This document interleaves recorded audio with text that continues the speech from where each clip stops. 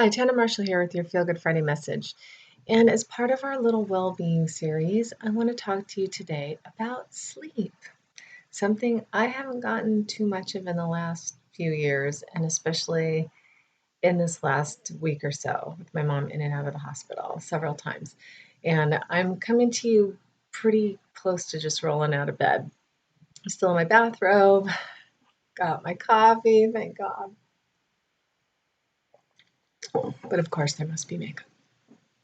So, sleep is such a weird topic because everybody needs a different amount. There are all these studies out there telling you need 8 to 9 hours or 7 to 8 hours. I don't know. There's so many studies, and we can't always. Hi, Lovey's here. Hi, Lovey.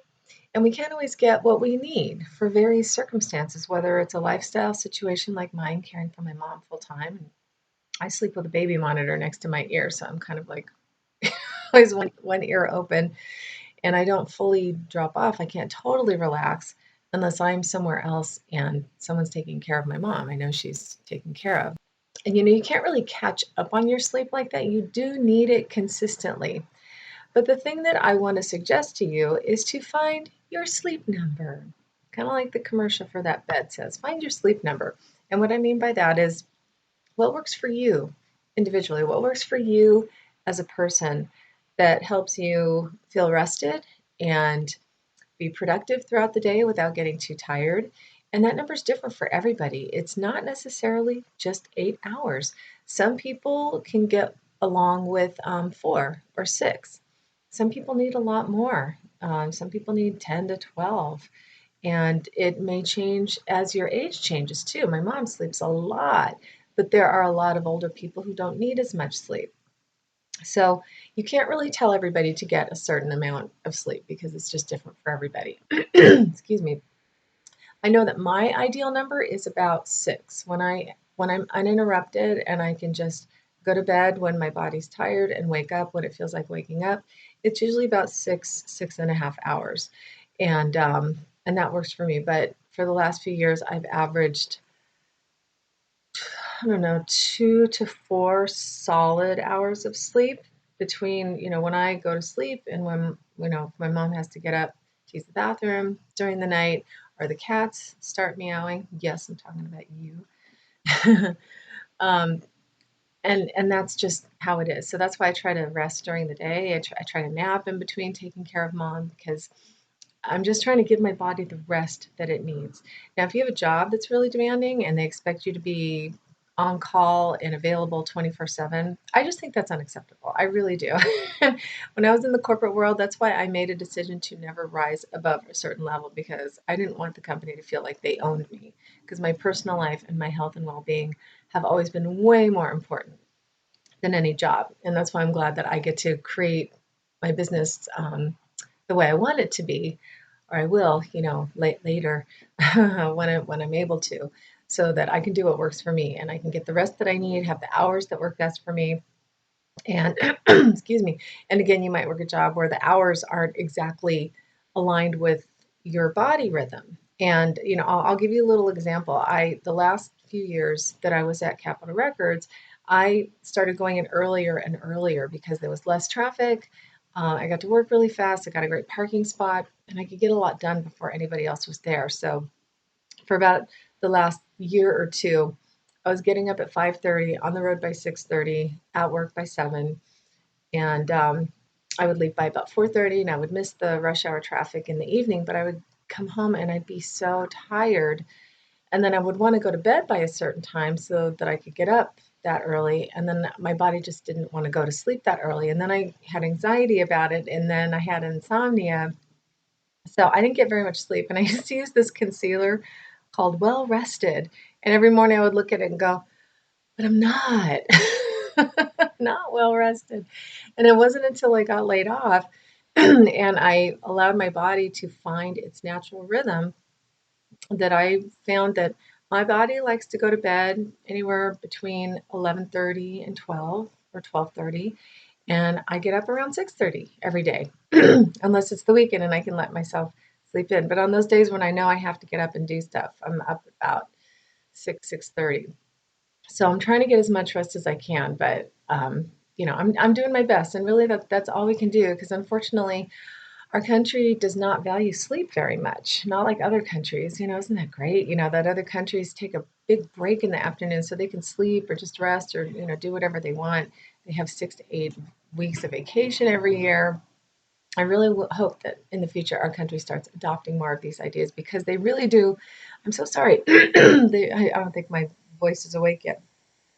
It really does contribute to the well-being and productivity of everybody. I think everybody would be way more productive on their jobs if they had adequate time to rest. Even people when they take vacations here, a lot of times they're checking their phones and emails and doing work while they're supposed to be disconnecting. And that disconnection time is so incredibly important. So, in addition to finding the number of hours that works for you as best you can in whatever your situation is right now, just make a point of disconnecting too. When you leave the office, please leave the office. Stay disconnected on the weekends. When you go on vacation, make it very clear to people I am not available. I'm going to recharge my batteries because that's really what you're doing. The sleep time is a time for you to restore. It restores your body, it restores your brain, and it's so incredibly necessary for our well being. So, when we don't get enough sleep, we'll have problems like it can add to obesity. Our cortisol shoots up and we might gain more weight around the middle. And you might have increased cravings for carbs and sugar, which I know I have.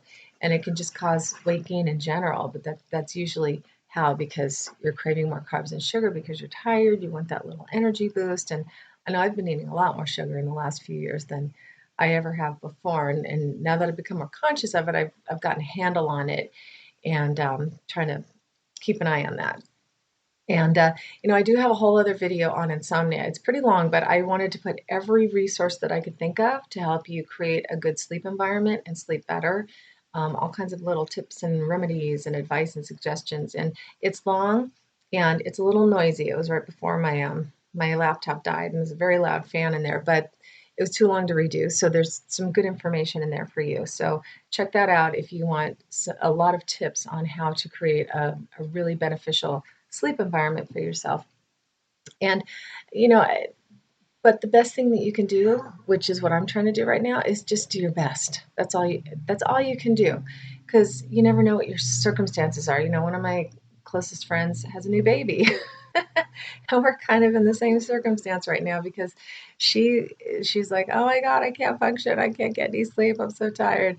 And it makes you more irritable and all that kind of thing. So and unfortunately, it's only temporary. Hopefully, if you have some kind of sleep deprivation situation, it's only temporary. Like with her, she's going to get her baby onto a regular sleep schedule, and hopefully, they will both be getting more sleep soon.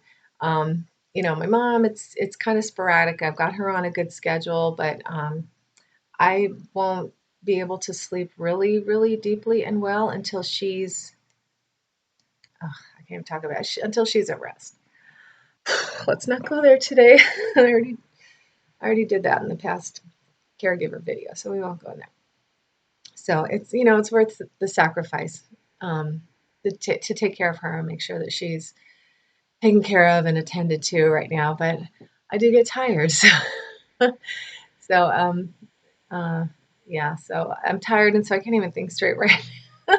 And then let me just give you a couple tips about things that do help if you don't get enough sleep or you're not getting enough sleep during the day. Meditation is fantastic because if you can really learn to meditate and calm your body and your mind just for a few minutes, 5 minutes, 10 minutes, that can replicate an hour or two of sleep. It really can, which is kind of miraculous to me that you can have that restorative uh, ability just from a shorter amount of time. So I try to meditate and relax throughout the day. I try to go outside and sit in the sun and just enjoy outside. And this happened to me yesterday. I just went outside and it was really warm and it was comfortable, and I just kind of zoned out. I'm just like, oh,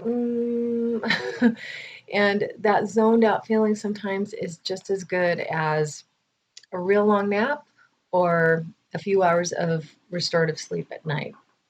So rest when you can if your schedule is kind of crazy and not allowing you a decent amount of sleep. I hope I'm not too out of it for you today. I just thought this would be appropriate to do this kind of when I've just rolled out of bed and I'm so tired myself. So if you're going through this, I can relate. I feel you. I feel you. So do your best, find your schedule, find your sleep number, try to stick with it, try to find ways to adjust your life so that you can get the rest that you need. And if, like me, you just need to get as much as you can on your days off, do that. Do whatever you can. But if you can get what you need on a regular basis, your health is going to be better. You're going to have more energy. Your body's going to function better. Um, you're not going to have those crazy cravings like I do, and you'll just feel better. You know the difference between when you wake up and you're like, oh God, I'm so tired, or when you kind of feel rested, like I got a good night's sleep. I feel good today. And again, there's coffee. Yes, lovey, I hear you. And kitties will wake you up too, whether you want them to or not. So anyway, I hope this message today was helpful to you if you're going through this situation. And if you enjoyed these videos, remember to subscribe to my channel on YouTube. And if you would like these videos delivered straight to your inbox every day, every Friday, every day. Again, sorry, I can't think. Every Friday, jump over to my website, tannamarshall.com, and join the mailing list. We'd love to have you as part of the community. Yes, Lovey. And with that, I just want to wish you a great day and a great night of sleep tonight. And get the rest you need, however you can get it. Take care of yourself, and I'll see you next time.